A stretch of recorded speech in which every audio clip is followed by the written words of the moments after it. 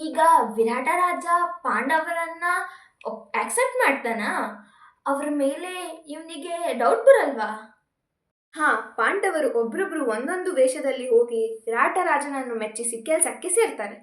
ಇನ್ನು ದ್ರೌಪದಿ ಗಲೀಜಾದ ಬಟ್ಟೆಯಲ್ಲಿ ರಾಣಿ ಸುದೇಶ್ನಾ ದೇವಿ ಹತ್ರ ಹೋಗಿ, ನಾನು ಸೈರೇಂದ್ರಿಯಾಗಿ ಕೆಲಸ ಮಾಡುವವಳು, ನಾನು ನಿಮ್ಮ ಅಲಂಕಾರದ ಕೆಲಸ ಕೂಡ ಮಾಡ್ತೀನಿ, ನಿಮ್ಮ ಸೇವಕಿಯಾಗಿ ನನ್ನನ್ನು ನೇಮಿಸಿ ಅಂತ ಕೇಳ್ತಾಳೆ.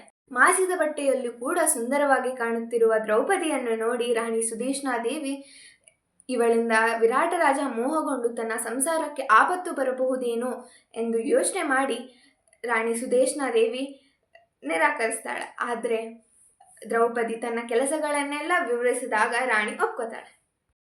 ಹೀಗೆ ಪಾಂಡವರು ಮತ್ತು ದ್ರೌಪದಿ ವಿರಾಟ ರಾಜ್ಯದಲ್ಲಿ ತಮ್ಮ ಕೆಲಸವನ್ನು ಅಚ್ಚುಕಟ್ಟಾಗಿ ಮಾಡುತ್ತಾ ರಾಜನನ್ನು ಮೆಚ್ಚಿಸುತ್ತಾ ತುಂಬ ಸಂತೋಷದಿಂದ ಇರ್ತಾರೆ. ಹಾಗೆ 4 ತಿಂಗಳು ಕೂಡ ಕಳೆದು ಹೋಗುತ್ತೆ.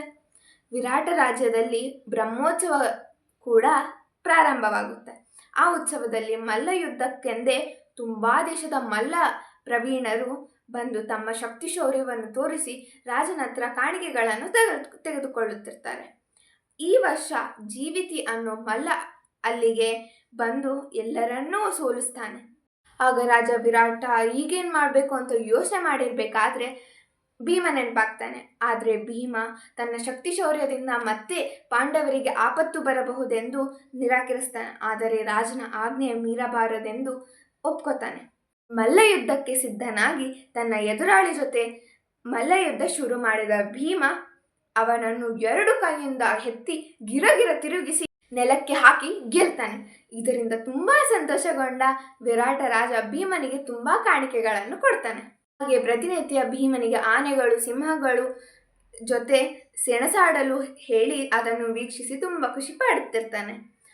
ಹೀಗೆ ವಿರಾಟ ರಾಜ್ಯದಲ್ಲಿ 10 ತಿಂಗಳ ಕಾಲ ಮುಗಿದು ಹೋಗುತ್ತೆ.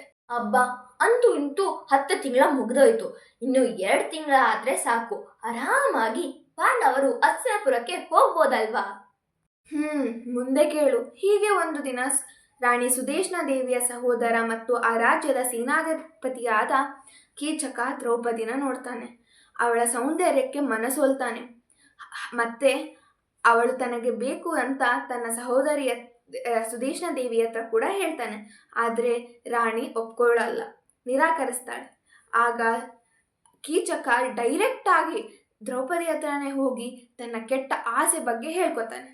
ಆದರೆ ದ್ರೌಪದಿ ಮಾತ್ರ ಶಾಂತ ರೀತಿಯಿಂದ, ಸುತಪುತ್ರ, ನಾನು ಕೀಳಜಾತಿಯವಳು, ನಾನು ರಾಣಿಯರಿಗೆ ಸೇವೆ ಮಾಡುವವಳು, ನಿನ್ನ ಕೋರಿಕೆ ನಿನ್ನ ಪತ್ನಿಯರ ಜೊತೆ ಇರಬೇಕು ಹೊರತು ಪರರ ಸ್ತ್ರೀಯರ ಮೇಲೆ ಅಲ್ಲ ಅಂತ ಹೇಳಿ ಕಳಿಸ್ತಾಳೆ.